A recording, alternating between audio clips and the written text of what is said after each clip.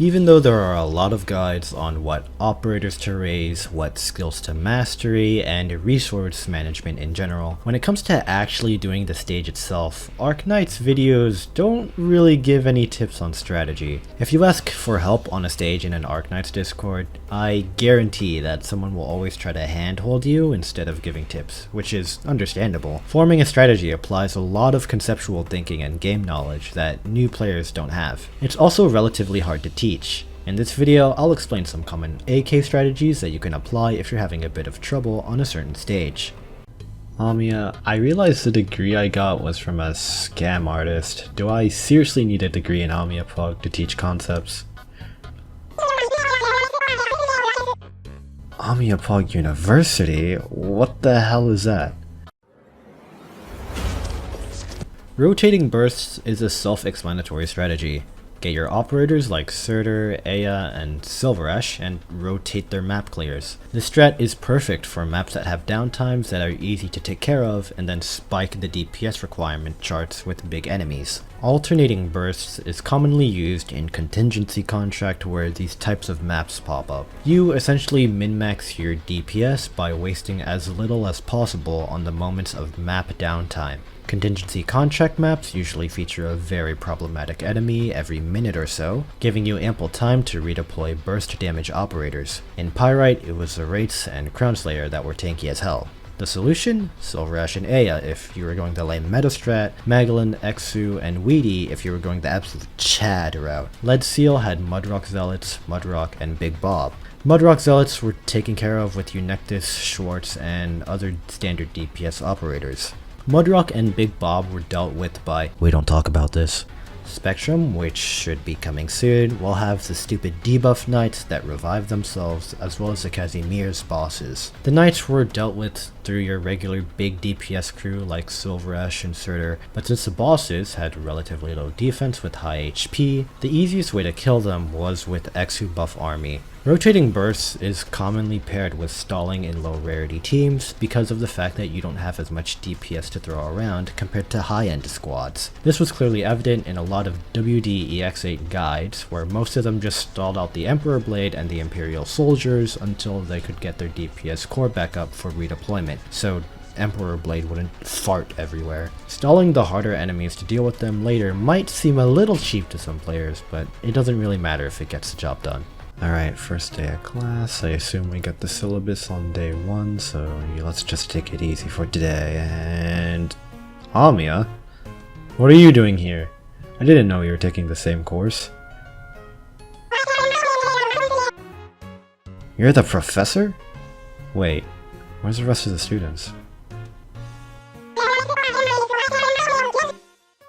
How did all of them fail on the first day? Buffing and debuffing are two damage amplifiers that are severely underrated. Consider Exuzii.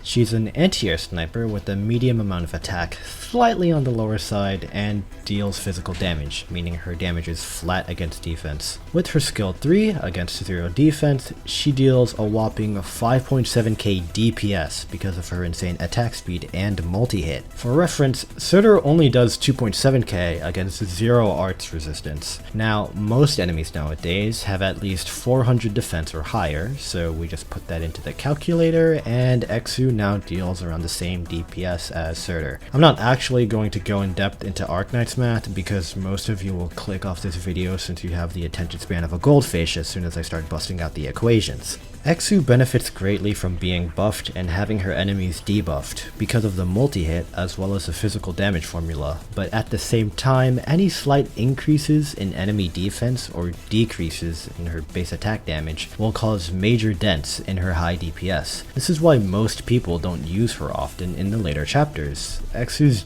DPS isn't great since most of the enemies have medium or high defense, but when you pair her with Warfarin, Shamara, or Skulter, Exu will shred anything that's on the map. Just look at this clip of my JT83 speed farm. As you start building rosters, I would advise to focus on DPS early game, but once you get to the later stages in the game, you will have invested in all your main DPS options, and building more would give a low return on resources. This is when I would suggest building buffers and debuffers to maximize the damage potential of your squads. Suzerain, Shamara, Warfarin, Sculptor, and many other damage boosters can drastically increase your damage output, especially when you're struggling against extremely tanky enemies. Buffing and debuffing brings me into my next concept, which might be controversial for some of you because the idea isn't intuitive at first. Boss killers don't exist in Arknights. Let me just let that sink in for a while. Now I know what you're thinking. Yi, go take your beds, buddy. You've clearly gone insane. Do you not see Schwartz? What about Surtur? Let me phrase it a different way. Boss killer is a term that can't be used in Arknights because DPS is relative to lots of factors and you can't apply a general term over a case-by-case scenario. First, let's define boss killer. I'm sure the definition of an operator that can perform large amounts of burst damage alone on at least one target is a suitable definition for most people. Okay, so let's apply this definition. Schwartz is a boss killer. Silverash is a boss killer. Is Exu a boss killer? This is where we get mixed opinions. If you say she is a boss killer, then how come she doesn't deal a dent to Patriot or Tallulah? You would think the boss killer would be able to kill bosses?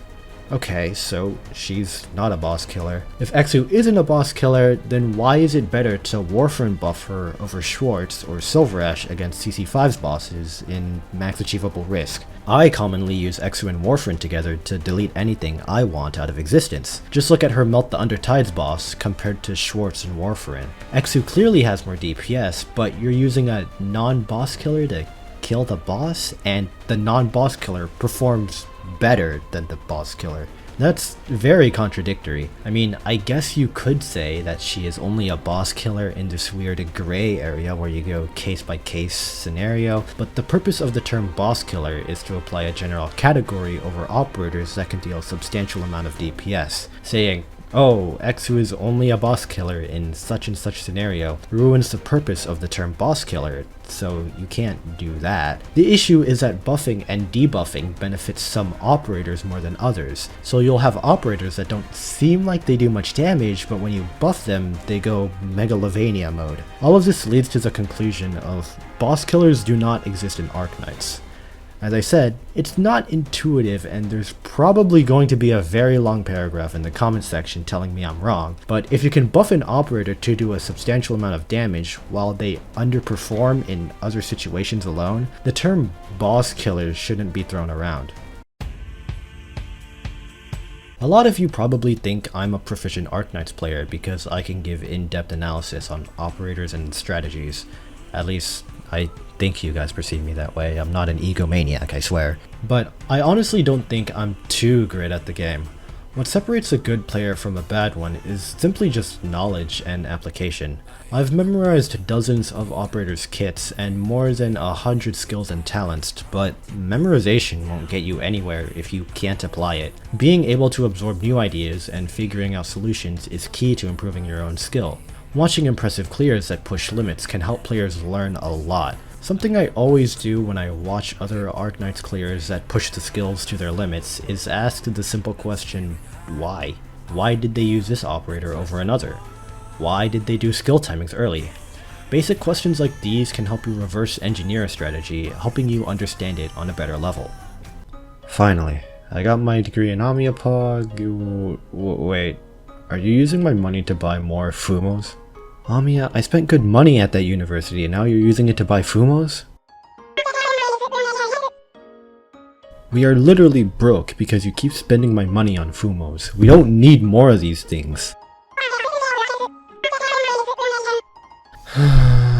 Sometimes I wish you would actually take financial advice.